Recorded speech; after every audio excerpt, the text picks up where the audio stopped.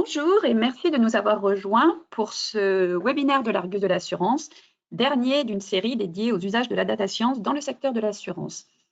Ce webinaire est plus particulièrement centré sur data et marketing, améliorer vos stratégies d'acquisition et de rétention client. Il est animé par Kezan Shi, manager et data scientist chez Capgemini Event, et il durera une trentaine de minutes. Il sera suivi d'une séance de questions-réponses. Vous pouvez poser vos questions tout le long de l'exposé en écrivant votre question dans la zone de texte prévue à cet effet. Kezan Shi y répondra à la fin du webinaire. Vous serez toujours à même d'en poser plus tard si vous les souhaitez. Nous transférerons vos questions à Kezan qui répondra. Pour information, le replay sera disponible prochainement sur la chaîne YouTube des formations Argus de l'assurance à l'issue du webinaire également. Nous vous souhaitons une agréable écoute.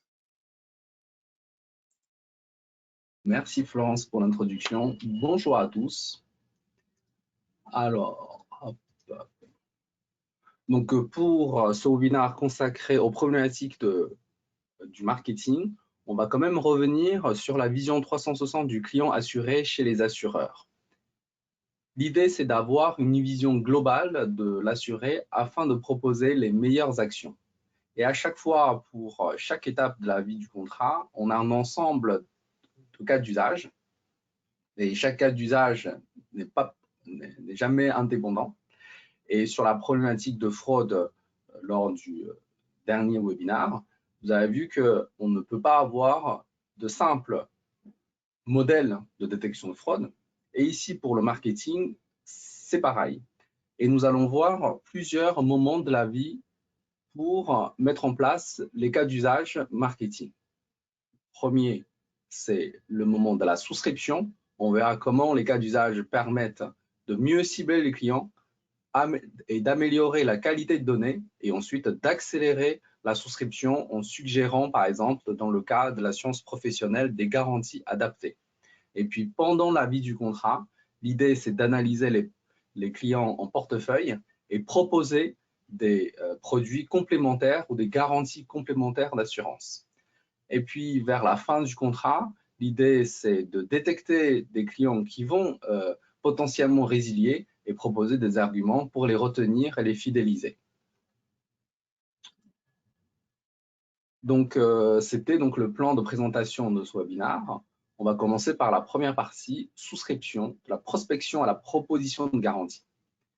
Dans cette première étape, on peut mieux connaître nos clients en segmentant. Et ici, puisqu'il s'agit de la prospection, on n'a pas déjà des données internes sur les clients. Et donc, dans ce cas-là, on va chercher les données externes pour mieux segmenter et du coup, pour mieux cibler les clients grâce au géomarketing.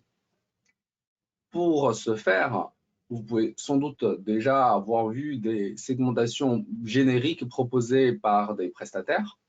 En réalité, chaque besoin pour chaque produit, il est nécessaire de construire une segmentation spécifique. On verra d'ailleurs ça un peu plus tard pour la partie cross-selling. Ensuite, pour la suggestion d'informations, de nos jours, il est important de proposer des outils de souscription rapides pour que les clients n'aient pas à saisir des informations qui pourraient être récupérées ailleurs. Et c'est notamment le cas pour l'assurance auto. Aujourd'hui, il y a beaucoup d'informations grâce au mouvement de Open Data qui existe sur Internet. Ou alors, parfois, il faut pour le moment acheter. Par exemple, pour l'assurance auto, on pourrait utiliser une base qui permet de récupérer automatiquement des informations sur le véhicule grâce à l'immatriculation. Cela permet d'éviter à l'assureur de saisir ces informations et en plus d'éviter des erreurs. Pour les assurés professionnels, de même, on a plein d'informations qui sont disponibles gratuitement sur Internet. Ainsi, l'idée, c'est de récupérer ces bases de données externes et suggérer les informations directement aux assurés professionnels. Comme du coup, vous pouvez voir à droite quelques illustrations pour l'assurance auto ou à l'assurance professionnelle. Grâce à l'intelligence artificielle, on va même aller plus loin. Dans le cas d'un assuré professionnel, on pourrait simplifier grandement la page de souscription en demandant par exemple uniquement le numéro de SIRET ou alors, comme on voyait tout à l'heure, en permettant à l'assuré de commencer à saisir son nom d'entreprise et de suggérer du coup l'information trouvée avec le numéro de SIRET correspondant dans la base Sirène. Et de plus, on peut aller chercher des informations sur leur site, sur des sites d'annuaires, ou alors en demandant des informations complémentaires, des documents complémentaires qui décrivent la société. Ainsi, en lisant et en analysant le texte descriptif de l'assuré, on peut proposer un ensemble de garanties. Ce cas a été présenté lors d'un dernier webinaire sur la méthodologie, l'approche méthodologique de comment on arrive finalement à partir des textes, suggérer du coup les garanties. Et ce cas peut être utilisé, comme on avait vu, au plusieurs moments de la vie du contrat. Et ici, dès la souscription, ça permet du coup de réduire le temps finalement que l'assuré passe pour saisir les informations et de dérouler dans une liste qui peut être assez longue des activités professionnelles. Je ne sais pas si vous connaissez ce produit. Il s'avère qu'il y a une grande complexité dans les activités, donc dans la nomenclature établie par l'assureur, et l'assuré doit choisir du coup les activités qui lui concernent. Et ce n'est pas toujours évident. Si vous regardez un peu la nomenclature, ce n'est pas facile de voir tout de suite si on est concerné ou pas.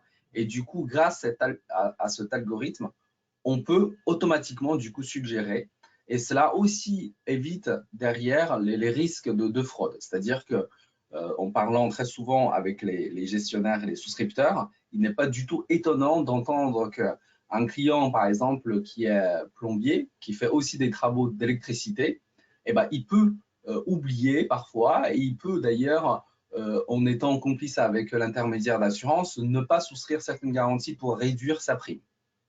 Et cette partie du coup d'analyse du texte permet de surveiller les garanties qui sont souscrites. Et puis en même temps, en analysant des informations complémentaires financières sur l'entreprise, on peut également calculer la probabilité de défaut et on peut analyser aussi les informations sur les dirigeants et la complexité de l'entreprise afin de moduler du coup la prime d'assurance qui est associée. Lors de la réception des documents, on peut également faire l'analyse documentaire permettant de valider certains documents. Pour ce faire, historiquement, il y a une barrière technologique qui est liée à l'analyse des documents. Maintenant, grâce au développement d'intelligence artificielle, des outils d'OCR performants sur les documents, on peut automatiser du coup cette partie-là aussi. Non seulement on va pouvoir lire les informations basiques, et en plus, grâce à l'analyse avancée des documents, on pourra trouver là aussi des potentiels de fraude sur les documents qui seraient potentiellement frauduleux. Typiquement, on peut citer l'exemple du relevé d'informations, qui est un document assez simple, et en réalité, justement, les gens peuvent, ne serait-ce que sans parler des logiciels comme Photoshop, on peut même utiliser le simple logiciel Paint que vous avez tous sur vos PC pour modifier, par exemple, le coefficient de bonus-malus.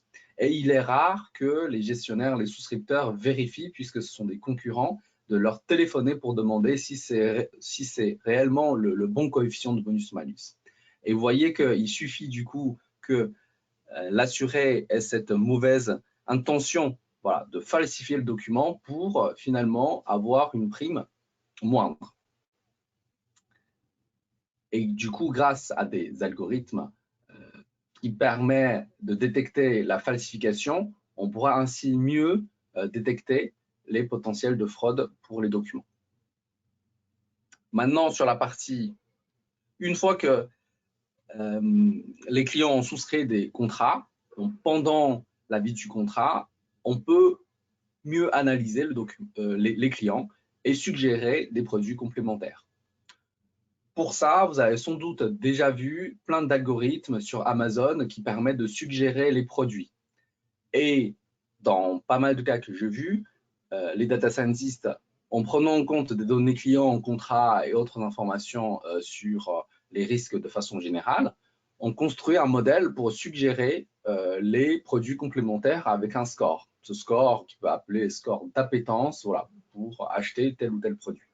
En réalité, ces algorithmes, même si sont utilisés dans ce sens sur les sites e-commerce, dans le monde de l'entreprise, enfin, dans le monde de la vente d'assurance, il n'est pas en réalité opérationnel dans le sens où si les gestionnaires ou les souscripteurs ou les intermédiaires d'assurance ont connaissance d'un score unique, ils ne savent pas comment utiliser, c'est-à-dire pourquoi le client serait plus appétent à souscrire à une garantie complémentaire. Si la personne ne connaît pas les raisons, elle ne saura pas bien vendre du coup ses produits.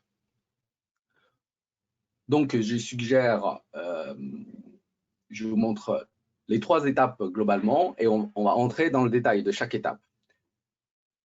Je suggère du coup les analyses en 3 étapes. Dans un premier temps, on va mieux analyser les besoins du client et ensuite, pour ce besoin précis, on va construire l'argumentaire de vente. Et à la fin, une fois qu'on arrive à mieux connaître le client pour ce produit précis, on va chercher la meilleure façon de le contacter.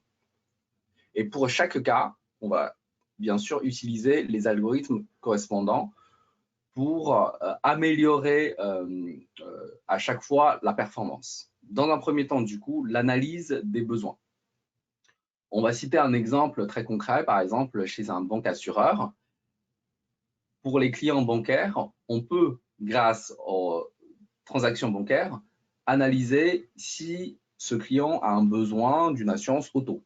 Pour ce faire, on peut utiliser par exemple les transactions en détectant l'achat d'essence ou alors les transactions directement sur les primes d'assurance auto. Et ce faisant, on arrive du coup de façon assez certaine que ce client a un véhicule et du coup, il a besoin d'une assurance auto.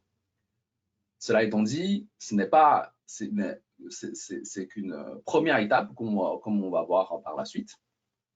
D'autres exemples comme l'assurance professionnelle pour les véhicules.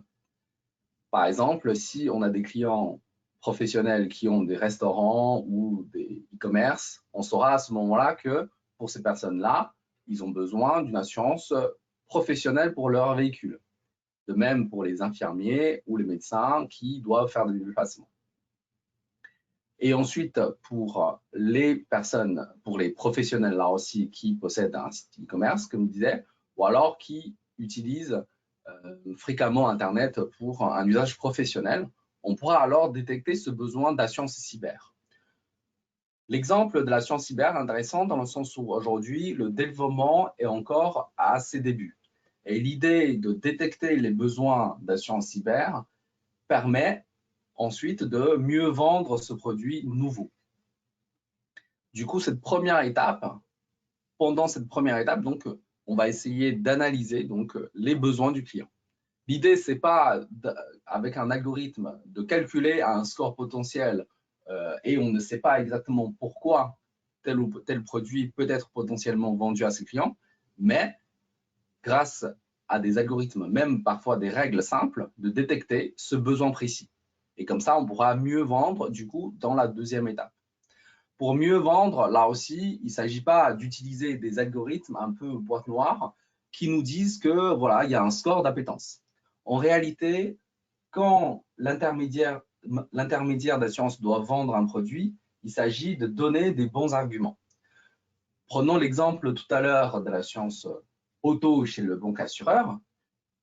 La première détection qui consiste à, du coup, de mettre en évidence le besoin d'une assurance auto n'est qu'une première étape, dans le sens où si on analyse un peu plus loin et on se rend compte que ce client a une assurance chez un concurrent qui, de façon générale, se positionne comme étant le low cost sur le marché, on saura qu'à ce moment-là, qu'il ne faut pas utiliser l'argument moins cher, puisqu'on n'a presque aucune chance pour faire en sorte que le client puisse acheter un produit voilà, chez nous. Et du coup, pour ce faire, il y aura plusieurs étapes pour mieux construire un argumentaire de vente. Une approche, de façon globale, consiste à analyser le positionnement du marché en intégrant des données externes. Par exemple, on pourrait utiliser des données sur les sites d'avis externes. Et c'est une petite étude que j'avais réalisée, comme vous pouvez voir là. Il s'agit simplement de récupérer des avis des assurés. Donc, c'est leur note pour deux critères ici uniquement, garantie et prix. Donc, les notes, ça va de 1 à 5. Encore une fois, ce n'est pas une étude quantitative, mais plutôt qualitative sur le ressenti des clients sur le prix ou les garanties ou le niveau de garantie des assureurs. C'est quand même hyper intéressant, même si on n'a pas vraiment les prix en face, mais on sait comment c'est aperçu par les clients. Et du coup, on va travailler justement sur cette perception pour mieux comprendre les besoins et du coup mieux trouver les arguments de vente. Par exemple, comme je disais, si vous êtes Allianz, si le client est d'ailleurs, comme on parlait tout à l'heure de banque assureur, est client chez par exemple Allianz Banque, et si on essaie de lui vendre une assurance auto et qu'on constate qu'il est déjà chez par exemple Direct Assurance, on saura qu'il ne faut jamais utiliser l'argument du prix qui est moins cher pour capter ce client. Et puis, on va pouvoir aussi lister d'autres avantages concurrentiels, donc, comme par exemple les garanties. Pour le coup, Allianz est mieux perçu sur le niveau de garantie, donc on pourrait construire un argumentaire dans ce sens, ou alors un service client plus adapté. Donc là, ça va dépendre aussi du profil client, des clients professionnels, par exemple, pourraient préférer telle ou telle marque. La troisième étape consiste du coup à optimiser la proposition en choisissant le meilleur canal de contact optimal. Enfin, du coup, le meilleur canal de contact.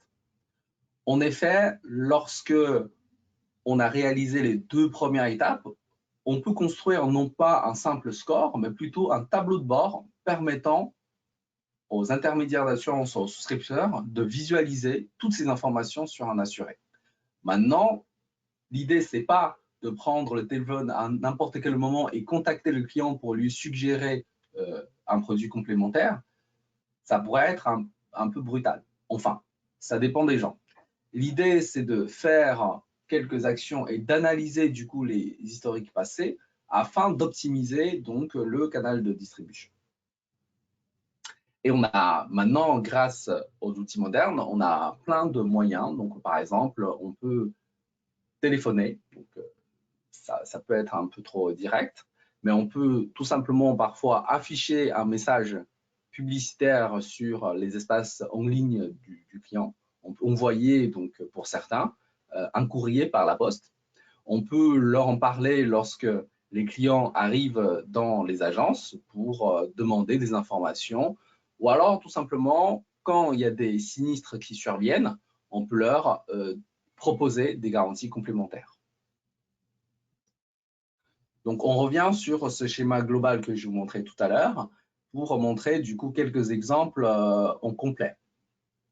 Par exemple, pour les infirmiers, comme je disais, on pourrait proposer une assurance auto pour cet usage professionnel qu'ils pourraient avoir en leur disant que c'est la qualité de service qui est importante chez cet assureur parce qu'il propose un véhicule de remplacement. Parce que ça peut être intéressant pour les professionnels. Pour les particuliers, parfois, ce n'est pas si intéressant parce qu'ils peuvent tout à fait prendre les transports en commun, par exemple, si jamais vraiment le véhicule est en panne. Et du coup, une prime un peu plus haute pour ces cas-là n'est pas forcément intéressant.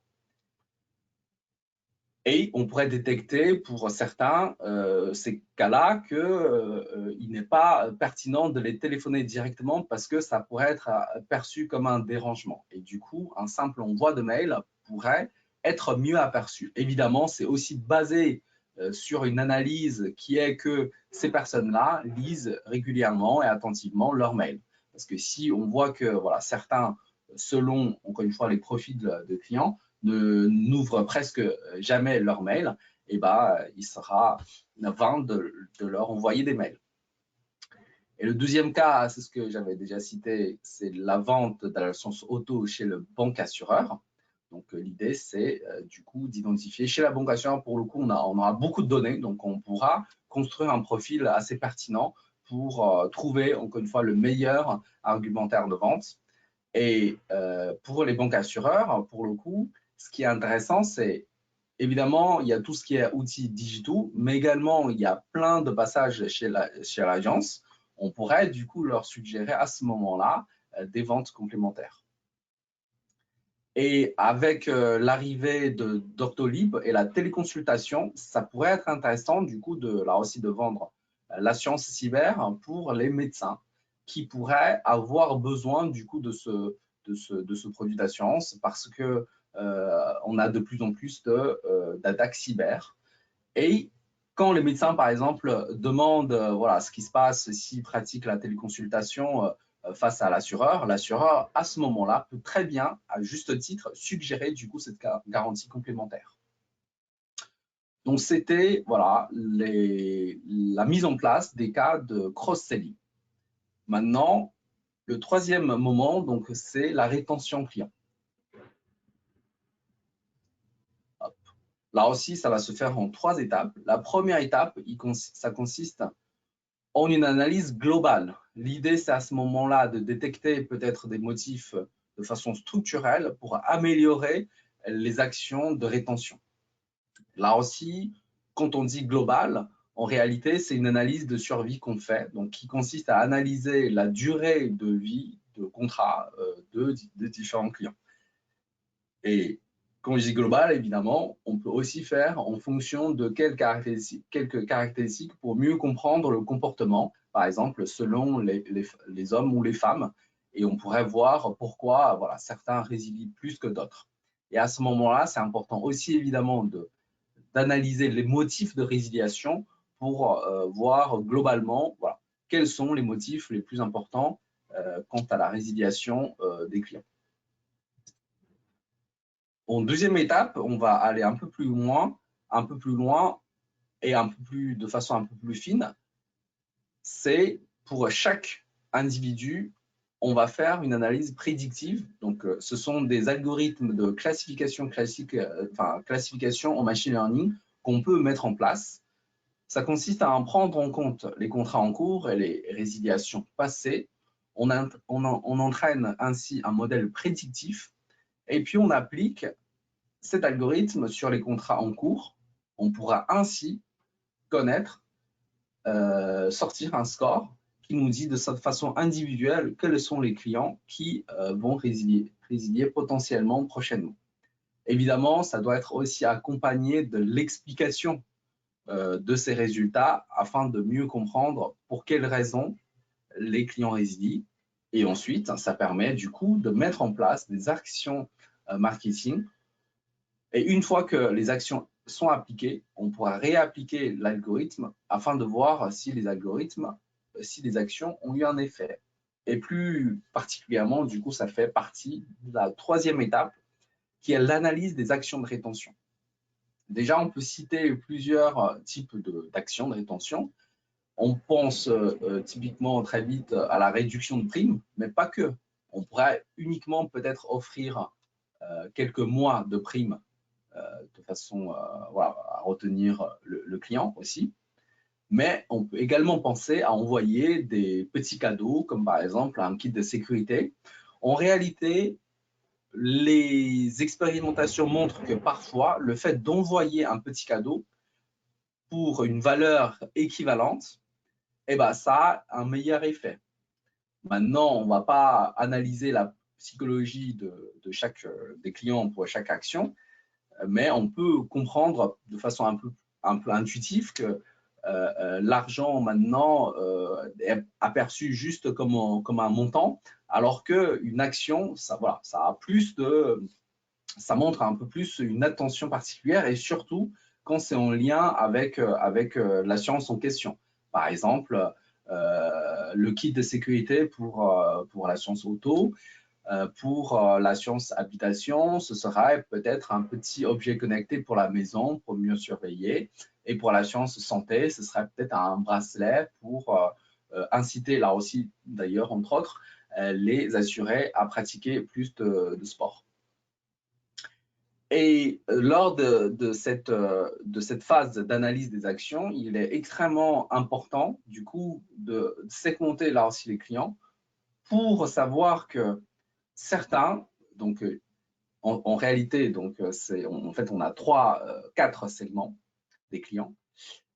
Ceux qui, de toute façon, avec ou pas une action, vont résilier. Donc, on saura que pour ces clients-là, peut-être ça ne sert à rien de faire quelque chose parce que de toute façon, ils vont résilier. Et puis, on a 2 autres catégories, c'est ceux qui sont, comment on appelle ça, qui peuvent être convaincus pour une action, avec une action commerciale qui arrive. Donc, ceux-là, on va justement les mettre du coup l'action commerciale en place pour ces personnes-là.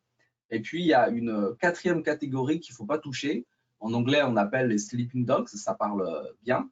C'est que tant que vous ne faites pas d'action, bah, ils restent dans le portefeuille. Mais si vous leur demandez quelque chose ou si vous leur faites un geste commercial, bah, finalement, ils se rendent compte que peut-être que si l'assureur me fait ça, peut-être qu'il y a mieux ailleurs. Et du coup, ils commencent à chercher ailleurs et finalement, ils partent. Alors, du coup, avec les 3 étapes, donc, on peut mieux construire une stratégie voilà, de rétention client. Hop. Pour mettre tout ça en place, pour réussir du coup les projets data, on a 3 piliers essentiellement. Donc, c'est d'abord la connaissance métier, ensuite la connaissance technique et l'industrialisation du modèle. À travers les différents cas d'usage, je ne sais pas si vous avez réalisé, du coup, dans un premier temps, c'est la connaissance métier, dans le sens où il faut bien connaître de quoi on parle. Il ne s'agit pas de mettre en place un algorithme de machine learning à tout prix, mais on doit, dans un premier temps, bien connaître. Et parfois, en connaissant bien les besoins métiers, on n'a même pas besoin, en fait, de mettre en place des algorithmes compliqués, mais parfois quelques règles simples permettent voilà, de résoudre le problème. Et le 3e pilier est extrêmement important, puisque, encore une fois, dans beaucoup de cas, avec le machine learning, on fait uniquement un modèle avec un score. En réalité, ces scores ne sont pas vraiment opérationnels sur le terrain. Et je vois trop souvent voilà, les data scientists qui envoient uniquement un fichier de score pour chaque observation, voilà,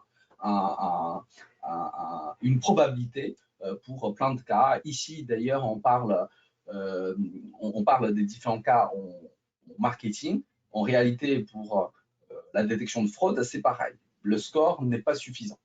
Et du coup, l'industrialisation de ce processus consiste aussi, non pas uniquement à donner un score, mais aussi à construire un vrai tableau de bord sur lequel on aura toutes ces informations voilà, qui sont issues de tous ces cas d'usage. Ainsi, quand les intermédiaires d'assurance ou les souscripteurs prennent en main cet outil, peuvent vraiment mieux connaître le client et du coup d'être efficaces quant à la proposition et la mise en place des actions commerciales. Et bien sûr, tout ça, c'est basé sur des bases de données robustes et de bonne qualité chez le client, enfin dans l'entreprise, et avec des outils des plateformes d'exploitation de données. Là, c'était quelques exemples pour les 3 piliers. Hop.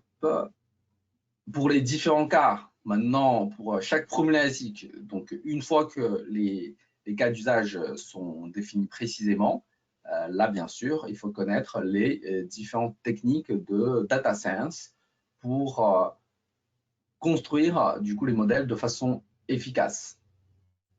Comme on disait donc très rapidement sur la partie segmentation client, voilà, on va utiliser des algorithmes comme K-means ou classification hiérarchique ascendante.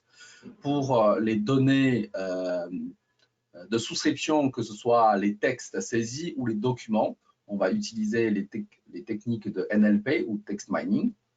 Et pour les documents scannés, ce sera du computer vision, donc c'est vision machine. Donc l'idée, c'est d'analyser du coup les images directement. Donc, sans entrer dans le détail, voilà du coup quelques exemples. Voilà, j'ai terminé ces quelques cas d'usage. N'hésitez pas à me poser des questions. Je ne sais pas si vous avez déjà mis en place des cas d'usage marketing dans vos entreprises. Et si vous avez des difficultés rencontrées, vous pouvez peut-être essayer une approche différente. Et si vous avez des retours d'expérience à partager, n'hésitez pas non plus.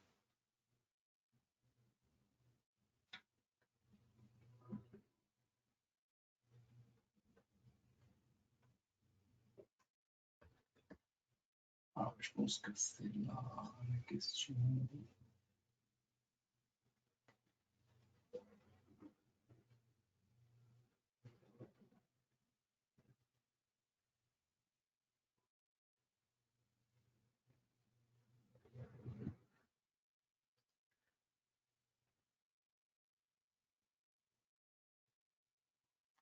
Alors, je ne sais pas si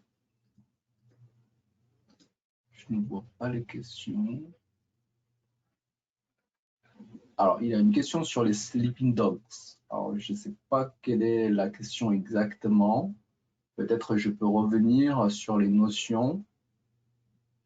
Comment les identifier? Eh bien, tout simplement, il faut faire de l'expérimentation, c'est-à-dire que lors de cette phase de l'étude, on va envoyer dans un premier temps quelques actions commerciales à un groupe de clients.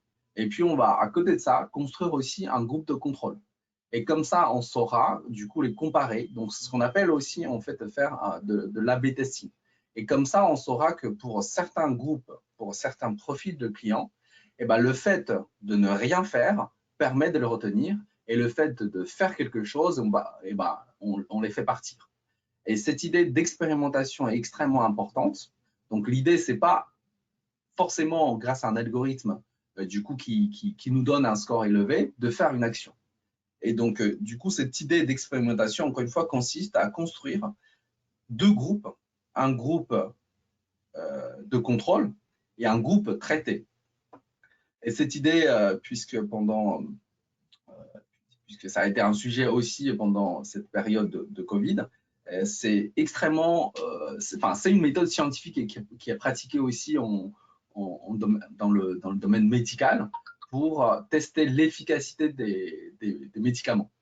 Il s'agit à chaque fois, donc je ne sais pas si vous avez vu des articles sur Internet qui parlent de ces méthodes-là scientifiques que la plupart des médecins recommandent, c'est de faire de l'expérimentation en construisant un groupe traité et un groupe de contrôle. Et c'est ainsi qu'on arrive à découvrir l'efficacité finalement des actions. Et si on fait uniquement un groupe, en le traitant à chaque fois, donc que ce soit des patients ou du coup des clients sur qui on fait des actions, on ne saura jamais, encore une fois, on ne saura jamais si c'est efficace ou pas. Avec cette analogie-là, je ne sais pas si vous voyez, et certains persistent quand même à dire que il faut sauver des gens et du coup, on doit traiter les patients, mais sauf qu'encore une fois, scientifiquement, si on n'a pas un groupe de contrôle, on ne saura pas dire si c'est efficace. Et c'est pareil pour les actions commerciales. Je ne sais pas si c'est clair ce que je dis. Si vous avez des questions complémentaires, n'hésitez pas.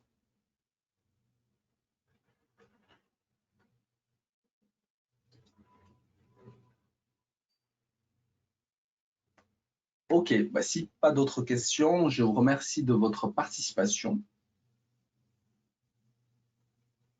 et à bientôt. Merci, au revoir.